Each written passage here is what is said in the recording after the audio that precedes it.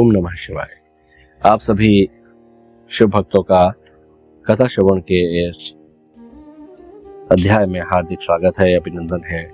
और आज शिव पुराण के रुद्र संहिता के प्रथम खंड का अंतर्गत, जो कि सृष्टि खंड है, उसके नवम अध्याय या अथवा नौवें अध्याय की जो कथा है उसका आज हम श्रवण करेंगे। अभी तक की कथा में हमने शब्द ब्रह्मा तनु वर्णन जो अष्टम अध्याय था या आठवां अध्याय था उसकी कथा का श्रवण किया था, और आज अब हम नौवें अध्याय की कथा का श्रवण करेंगे। तो आठवां अध्याय था जिसमें ब्रह्मा और विष्णु को भगवान शिव के शब्दमय शरीर का दर्शन हुआ था, और उसके बाद आज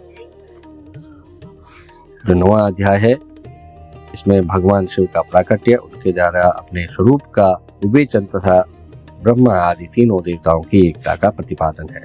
ब्रह्मा जी कहते हैं, नारद, भगवान विष्णु के द्वारा की हुई अपनी स्तुति सुनकर करुणानिधि महेश्वर बड़े प्रसन्न हुए और उमा देवी के साथ सहसा वहां प्रकट हो गए। उस समय उनके 5 मुख और प्रत्येक मुख में 3-3 नेत्र शोभा पाते थे। भाल देश में चंद्रमा का मुकुट सुशोभित था। सिर पर जटा धारण किए गौरवर्ण विशाल नेत्र शिव ने अपने संपूर्ण अंगों में विभूति लगा रखी थी। उनके 10 भुजाएं थी। कंठ में नील चिन्ह था। उनके श्रीअंग समस्त आभूषणों से विभूषित थे। उन सर्वांग सुंदर शिव के मस्तक भस्ममय त्रिपुंड से अंकित थे। ऐसे विशेषणों से युक्त परमेश्वर महादेव जी को भगवती उमा के साथ उपस्थित देख मैंने और भगवान विष्णु ने पुनः प्रिय वचनों द्वारा उनकी स्तुति की। तब पापहारी करुणाकर भगवान महेश्वर ने प्रसन्न चित्त होकर उन श्री विष्णु देव को श्वास रूप से वेद का उपदेश दिया। मुने उसके बाद शिव ने परमात्मा श्री हरि को गुह्य ज्ञान प्रदान किया। फिर उन परमात्मा ने कृपा करके मुझे भी वह ज्ञान दिया। वेद का ज्ञान प्राप्त करके कृतार्थ हुए भगवान विष्णु ने मेरे साथ हाथ जोड़ महेश्वर को नमस्कार करके पुनः उनसे पूजन की विधि बताने तथा सदुपदेश देने के लिए प्रार्थना की है। तो उसका जो संस्कृत में अर्थ है वो इस प्रकार से है। अथ नवमोऽध्यायः ब्रह्मोवाच अथा कर्ण्यं नुते विष्णुं कृतं स्वस्य महेश्वर प्रादुर्भूव सुप्रीतः सवाम करुणानिधि पंचवक्त्रस्त्रिनयनो भालचंद्रो जटाधरा गौरवर्णो विशालाक्षो भस्मधूलित विग्रह दश बाहुर्नीलगलः सर्वाभरणभूषिता सर्वांग सुंदरो भस्म त्रिपुंडमस्तकः तं दृष्ट्वा तादृशं देव सवां परमेश्वरं तुष्टौ पुनरिष्टाभिर्वाग्विष्णुर्मया सह निगमं श्वासरूपेण ददौ तस्मै ततो हरः विष्णवे जय प्रसन्नात्मा महेशः करुणाकर ततो ज्ञान मदा तस्मै रहस्यं परमात्मने दत्तवान् कृपया मुने संप्राप्य निगमं विष्णु प्रपच्छौ पुनरेव तं कृतार्थं साञ्जलिर्नीत्वा मया सह महेश्वरं च तुष्यसे देव मया पूजः कथं प्रभो कथं ध्यानं प्रकर्तव्यं कथं वज्रसि वश्यतां किं कर्तव्यं महादेव हव्याभ्यां तौ शासनात् सदा सदा ज्ञापयनो प्रीत्यर्थं कुरु शंकर एतत् सर्वं महाराज कृपा कृत्वा वयो प्रभो कथनीयं तथा नान्यच्च विज्ञाय स्वानुगो शिव। ब्रह्मोवाच इत्येतद् वचनं श्रुत्वा प्रसन्नो भगवान् हरः उवाच वचनं प्रीत्या सुप्रसन्न कृपानिधि। श्री शिव उवाच भक्त्या च भवतो नून प्रीतोऽहं सुरसत्तमो पश्यन्तं मां महादेव भयं सर्वविमुच्यतां मम लिंगं सदा पूजं ध्येयं चैदादृशं मम इदानीं दृश्यते यत् तथा कार्यं प्रयत्नतः पूजितो लिङ्गरूपेण प्रसन्नो विविधं फल दास्यामि सर्वलोकेभ्यो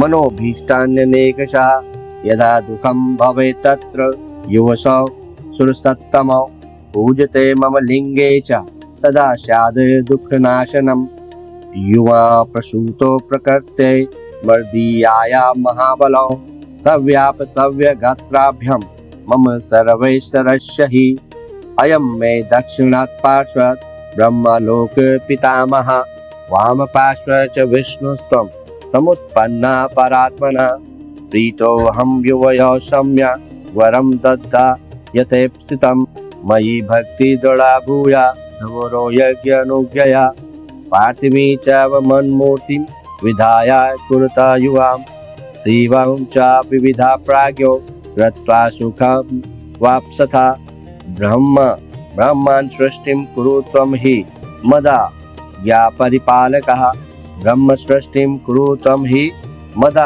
मदाज्ञापरिपालकः वत्स वत्स हरे त्वं च पालयेवं चराचरम् ब्रह्मोवाच इत्युक्ता न प्रभुस्ताभ्यां पूजा विधि मदाशुभां येनैव पूजितं शम्भो येनैव पूजितः शम्भो फलं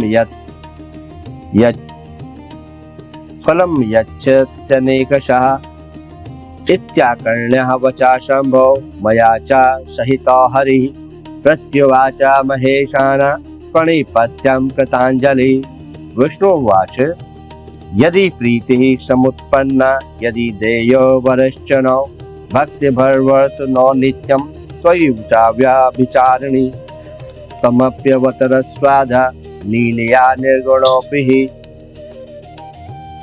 सहायं कुरु नो तात त्वं परा परमेश्वरा आवयोर्देवदेवेश विवादेवपि शोभनम् इहागतो भवान्यस्म विवादस्मनायनो ब्रह्मोवाच तस्य तद्वचनं श्रुत्वा पुनः प्राह हरो हरिं प्रणिपत्याय स्थितं मूर्धना कृताञ्जलिपुट् स्वयं तस्य तद्वचनं श्रुत्वा पुनः प्राह हरो हरिं प्रणिपत्याय स्थितं मूर्धना कृताञ्जलिपुटः स्वयं। श्री महेश उवाच लय स्थित सर्गाणां कर्ताहं सगुणो अगुण परब्रह्म निर्विकारी सच्चिदानंद लक्षण त्रिधं भिन्नो हयं विष्णु ब्रह्म विष्णु हराख्यया सगरक्षालय गुण निष्कलो अहं सदा हरे स्तुतो अहं यत्त्वया विष्णु ब्रह्मणा मे अवतारणे स्तुतो अहं यत्त्वया विष्णु ब्रह्मणा मे अवतारणे प्रार्थनां तं करिष्यामि सत्यं यद्भक्तवत्सला मदरूपं परमं ब्रह्म नीदृशं भवदङ्गतः मदरूपं परं ब्रह्मं नीदृशं दडङ्गतः प्रकटीभविता लोके नाम्ना रुद्र प्रकीर्तितः मदं सातस्य सामर्थ्यं न्यूनं नैव भविष्यति योऽहं सोऽहं न भेदोऽस्ति पूजा विधि विधानता ममैव च ज्योतिषा शृङ्गोऽपि तदा स्पर्शता नवत्र परभेदोऽवैकर्तव्यसंयोगादि बन्धनरहितो ह्यकरूपम् इद्विधा भिन्न जगत्युत अतो भेदो न विज्ञेया शिवे रुद्रे कदाचन सुवर्णस्य यथैकस्य वस्तुत्वं नैव गच्छति अलङ्कृति कृते देव नाम भेदो न वस्तुतः यथैकस्य मृदो भेदो नाना पात्रेण वस्तुतः कारणस्यैव कार्येण सन्निधानं निदर्शनम्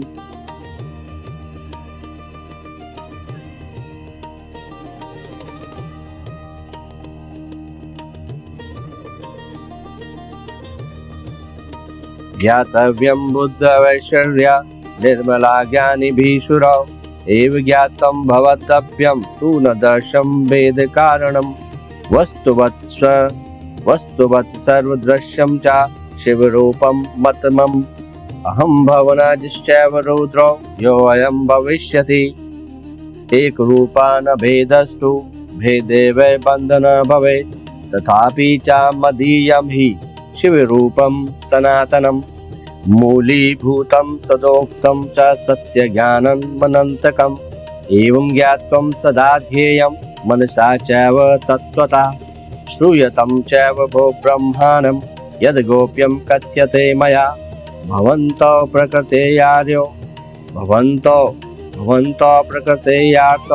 नाय वै प्रकृतेः पुनः मदाज्ञा जायते तत्र ब्राह्मणो भ्रुकुटेरहं गुणेष्वपि यथा प्रोक्तस्तमाशा प्रकृतो हर्य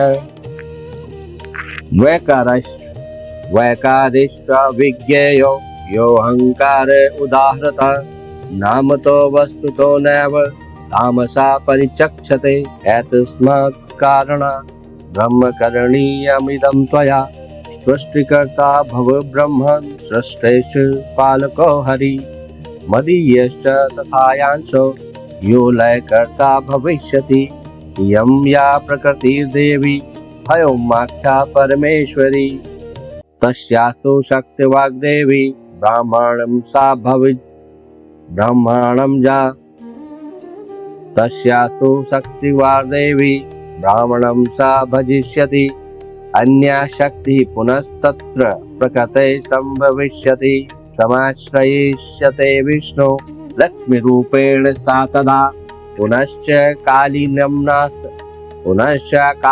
नाम्ना सा मदशं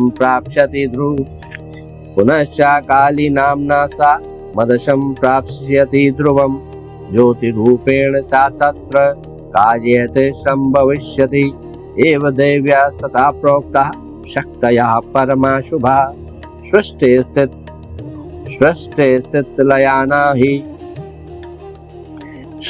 सृष्टिस्थितिलयाना हि कार्यं तासां क्रमात् ध्रुवम् एतस्या प्रकृतिराशा मत्तिप्राया सुरोत्तम त्वं च लक्ष्मीमुपाश्रित्य कार्यकर्तुमर्हसि ब्रह्मसत्त्वं च गिरा देवी प्रकृतिश्चामवाप्य च सृष्टिकार्या हृदा कर्तुमर्निदेशा निहाहसि अहं काली समाश्रित्यं मत्प्रयासं परात्परां रौद्ररूपेण प्रलयं करिष्ये कार्यमुत्तमं चतुर्वर्णमयं लोकं तत्स्वैराश्रमे ध्रुवम् तदन्यविधे कार्ये कृत्वा सुखमवाप्स्यत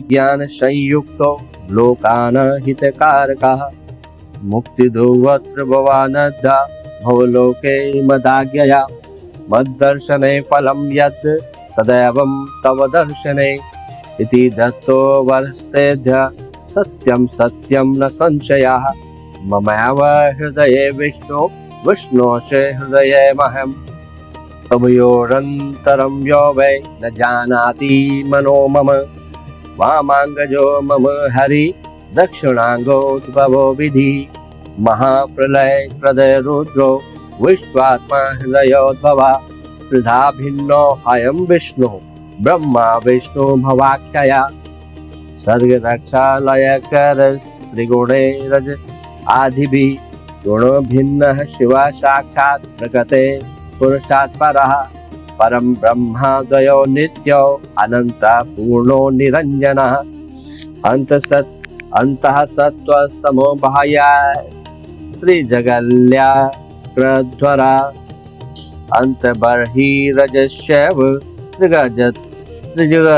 त्रिजगत् सृष्टिकृद्यति एवं गुणास्त्रिदेवेषु गुणभिन्ना शिवास्मता विष्णो सृष्टिकरं प्रीत्या पालयेन पितामहं सम्पूज्यस्त्रिषु लोकेषु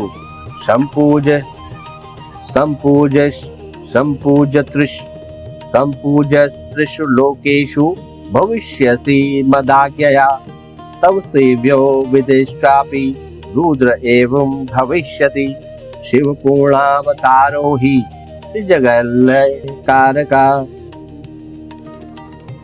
बाद में भविष्यति सुता कल्पे तव पितामह तदा द्रक्ष्यसि मा चैव सुअपि द्रक्ष्यति पद्मजा एवं मुक्त्वा महेशानं कृपा कृत्वा तुलं हरा पुनः प्रोवाच सुप्रीत्या विष्णु सर्वेश्वरा प्रभु।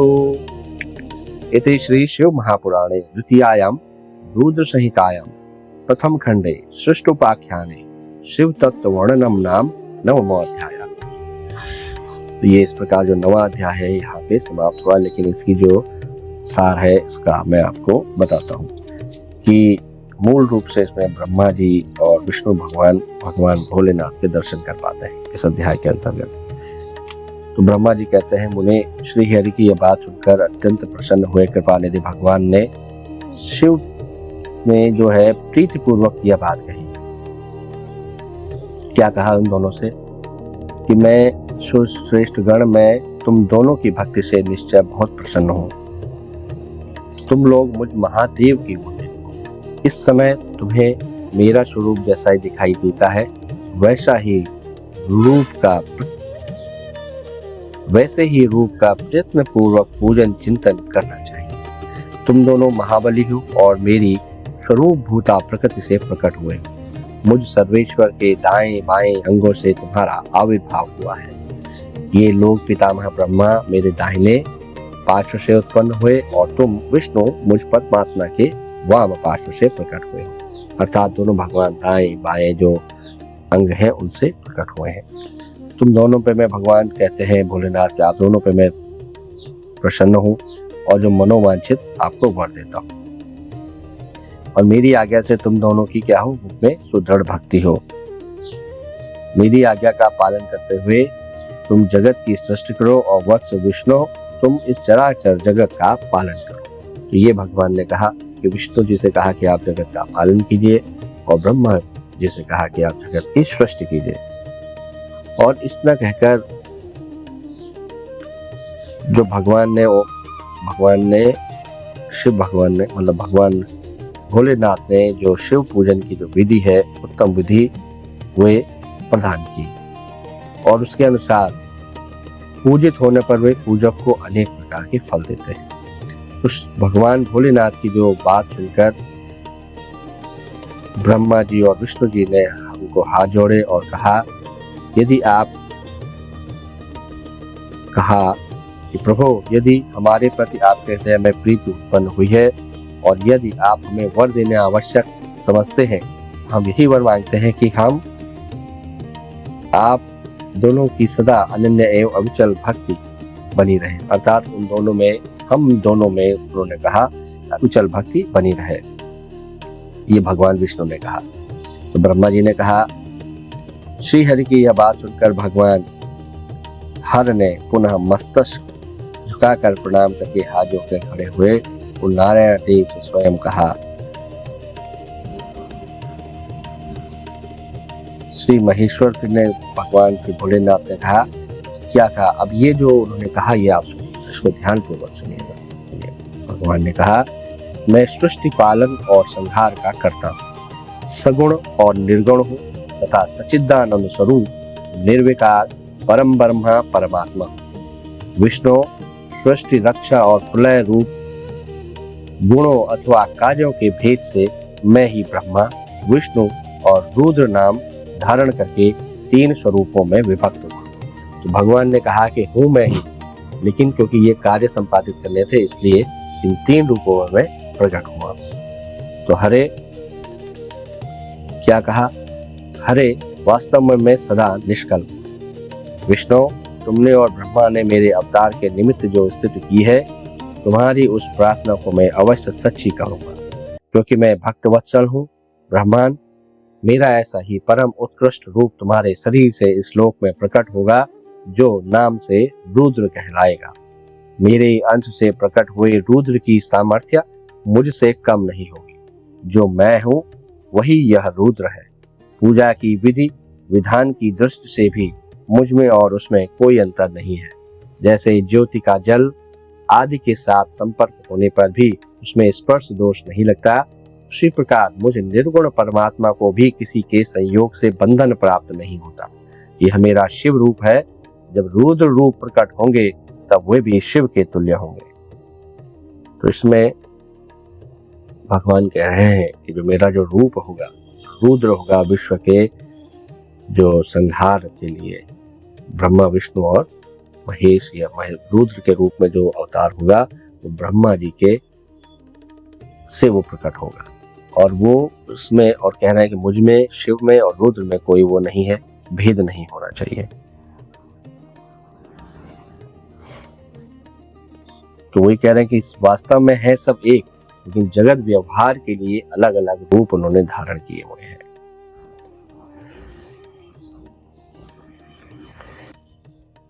और ये भी कहा कि मैं, तुम, ब्रह्मा तथा ये जो रुद्र प्रकट होंगे ये सब एक रूप है, इनमें से भेद नहीं है। भेद मानने पर अवश्य ही बंधन होगा, तथापि मेरा शिव रूप ही सनातन है। यही सदा सब रूपों का मूलभूत कहा गया है। यह सत्य ज्ञान एवं अनंत ब्रह्मा है। ये कहा गया है मूलीभूतम सदोक्तम च सत्य ज्ञानम अनंतकम। मूलीभूतम सदोक्तम च सत्य ज्ञान अनंतकम। ममैव हृदय विष्णु हृदय अनंतकम। तो ऐसा जानकर सदा मन से मेरे यथार्थ स्वरूप का दर्शन करना चाहिए। और ब्रह्मांड स्वरूप में एक तुम्हें गोपनीय बात बता रहा हूं। मैं स्वयं ब्रह्मा जी की भ्रुकुटी से प्रकट होऊंगा। गुणों में भी मेरा प्रकट्य कहा गया है। जैसे कि लोगों ने कहा हर तामस प्रकृति के हैं, वास्तव में उस रूप में अहंकार का वर्णन हुआ है। उस अहंकार को केवल तामस ही नहीं या वैचारिक तामस ही नहीं, वैकारिक अर्थात सात्विक भी समझना चाहिए, क्योंकि सात्विक देवगण वैकारिक अहंकार की ही सृष्टि है। यह तामस और सात्विक आदि भेद केवल नाम मात्र का है, वस्तुतः नहीं है। वास्तव में हर को तामस नहीं कहा जा सकता। ब्राह्मण, इस कारण से तुम्हें ऐसा करना चाहिए। तुम तो इस सृष्टि के निर्माता बनो और श्री हरि इसका पालन करें, तथा मेरे अंश से प्रकट होने वाले रुद्र वे इसका प्रलय करने वाले होंगे। ये जो उमा नाम से विख्यात परमेश्वरी प्रकृति देवी है, इन्हीं की शक्तिभूता वाग देवी ब्रह्मा जी का सेवन करेंगी। फिर इन प्रकृति देवी से वहां जो दूसरी शक्ति प्रकट होगी वे लक्ष्मी रूप से भगवान विष्णु का आश्रय लेंगी। तदंतर पुनः काली नाम से जो तीसरी शक्ति प्रकट होगी वे निश्चय ही मेरे अंशभूत रुद्र देव को प्राप्त होंगी। इस प्रकार मैंने देवी की शुभ स्वरूपा पराशक्तियों का परिचय दिया। तो उन्होंने, भगवान ने ये भी बताया कि कैसे ब्रह्मा जी के साथ कौन सी शक्ति देवी रहेंगी, जैसे वाग देवी लक्ष्मी जी विष्णु जी के साथ और काली रुद्र के साथ रहेंगी। ये सारे देवी जो उमा है उनकी शक्ति स्वरूपा, उनकी शक्तिभूता है, उन्हीं से निकलने वाली ये शक्तियां हैं। और ये कहा कि विष्णु जी से कहा कि हरे, तुम लक्ष्मी का सहारा लेकर कार्य करो। ब्रह्मांड तुम्हें प्रकृति की अंशभूता वाग देवी को पाकर मेरी आज्ञा के अनुसार मन से सृष्टि कार्य का संचालन करना चाहिए और अपनी प्रिया की अंशभूता परात्पर काली का आश्रय ले मैं रुद्र रूप से प्रलय संबंधी उत्तम कार्य करूंगा। तुम सब लोग अवश्य ही संपूर्ण आश्रमों तथा उनसे भिन्न अन्य विविध कार्यों द्वारा चारों वर्णों से भरे हुए लोक की सृष्टि एवं रक्षा आदि का सुख पाओगे। हरे, तुम ज्ञान विज्ञान से संपन्न तथा संपूर्ण लोकों के हितैषी हो, अतः अब मेरी आज्ञा पाकर जगत में सब लोगों के लिए मुक्तिदाता बनो। मेरा दर्शन होने पर जो फल प्राप्त होता है वही तुम्हारा दर्शन होने पर भी प्राप्त होगा। मेरी यह बात सत्य है, सत्य है, इसमें संशय के लिए कोई स्थान नहीं है। मेरे हृदय में विष्णु है और विष्णु के हृदय में मैं हूँ। जो इन दोनों में अंतर नहीं समझता वही मुझे विशेष प्रिय है। और इसको इस प्रकार कहा गया है, ममैव हृदये विष्णु विष्णोश्च हृदये अहम्, ममैव हृदये विष्णु विष्णोश्च हृदये अयम्, अभयंतरम यो वे न जानाति मतो मम। अर्थात भगवान विष्णु के हृदय में मैं और मेरे हृदय में भगवान विष्णु है, अर्थात इन दोनों में से जो भेद नहीं करता है वही मुझे प्रिय है। तो ऐसा कहकर भगवान अंतर्धान हुए। उसके बाद उन्होंने और भी चीजें बताई जो कि हम इसमें सुन चुके हैं और श्लोक वाले में इसमें सुन चुके हैं। श्लोकों से किस तरह से उसका वर्णन किया है। तो भगवान ने कहा कि सत्वगुण और तमोगुण जो धारण करने वाले हैं, रजोगुण, सत्वगुण, तमोगुण, तीनों देव के विषय में उन्होंने कहा। सृष्टि के बारे में बताया, कैसे उनको क्या काम करना है उनके बारे में बताया, और पूजा की पद्धति के बारे में भी वो बता रहे हैं। और उन्होंने कहा कि भगवान विष्णु और ब्रह्मा से कि आप दोनों के पूजन से भी जो फल है वही मेरे पूजन से जो फल मिलेगा वही आपको मिलेगा। तो ये सारी बातें कही हैं ब्रह्मा जी ने और इस अध्याय में इसकी विवेचना की गई है। यही आपको मैंने कोशिश की है थोड़ी सी, और मेरे प्रयास होगा भगवान की कृपा से कि इसको मैं समझा पाऊं इसमें क्या कहा गया है, खास करके संस्कृत के मूल भाग से हिंदी में। तो आज की जो कथा श्रवण है दोस्तों, आज की जो कथा श्रवण है भक्तों, उसको यहीं पे विराम देते हैं। कल पुनः आपसे भेंट होगी कथा श्रवण के अगले अध्याय में। तब तक के लिए हर हर महादेव, हर हर महादेव। ओम नमः शिवाय। जय श्री केदार।